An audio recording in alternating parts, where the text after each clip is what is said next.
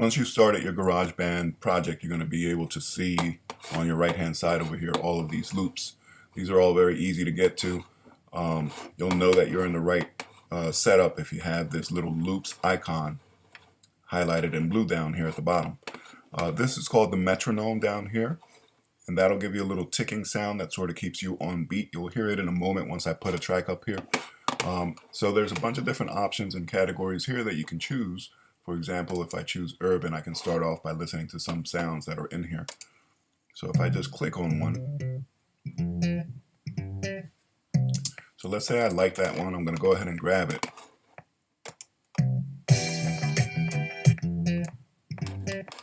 If I just drag it up here to the top, that'll get me started.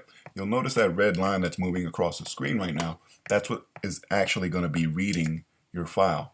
So if you press on the home button on your keyboard, that'll bring that red line right back to the center, or I'm sorry, to the beginning of your track. Down here at the bottom, you'll see this area here, which is your audio region that kind of magnifies your wave or your waveforms so that you can really look at them and edit them later. We're not going to work with that too much here today. So I'm just going to click this little icon down here so that we don't really see that. You notice I put this loop here at the top, and that's going to be at the very beginning of my line.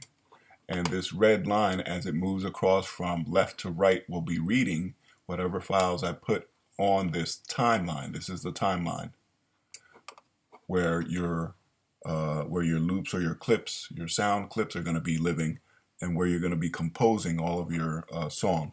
So over here on the left side is just some volume control or sound control.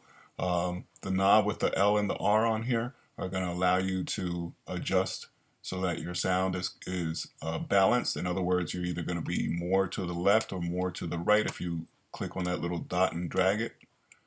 But you really want it balanced right down the middle. This way it'll give you full stereo sound equally on both sides. This is your actual level. And if you click this little triangle down here, it'll show you the actual line of the level of your music. So as I move this slider from left to right, you'll notice the level of your music will go up and down, or the level of your sound file that you have on your timeline. So that's how you adjust the levels and the sound here as well. Back to what we're doing here. Once you bring a sound file up to the top here, that creates a track automatically. And if you needed to get rid of that, then all you have to do is go to the top where it says track, and you can click delete to delete that track. And if you wanted to get rid of this little clip, let's say you tried it, and then you decided, you know what, I don't really like it, I'm going to take that out of there. All you have to do is click that and hit the delete button on your desk, on your keyboard. So those are some very basic functions here. So let me grab another one of these. Grab a little longer one. Let's see here. All right, so I have this one right here. It's a little bit longer. And by the way, different types of files are going to give you a different type of track.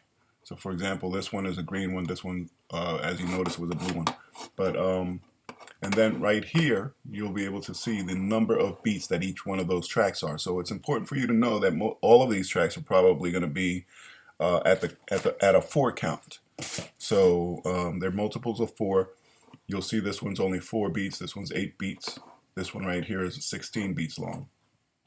And so this way you're able to kind of adjust these and make sure that they're at the right time, coming in right exactly where you want them, and you can keep them on that beat count. So this is just the way that you can sort of keep building. So let's say I grab another one of these that I like, and I just bring this right here to the end of this. And then in the beginning, I'm going to go ahead and grab this one. And I'm not really listening to any of these. I'm just kind of grabbing them and put them in here.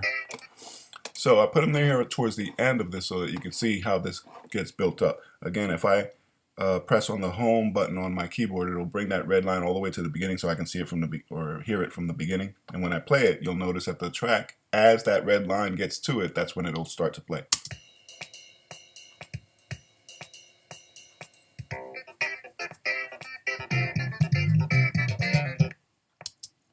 So that's how you build a song.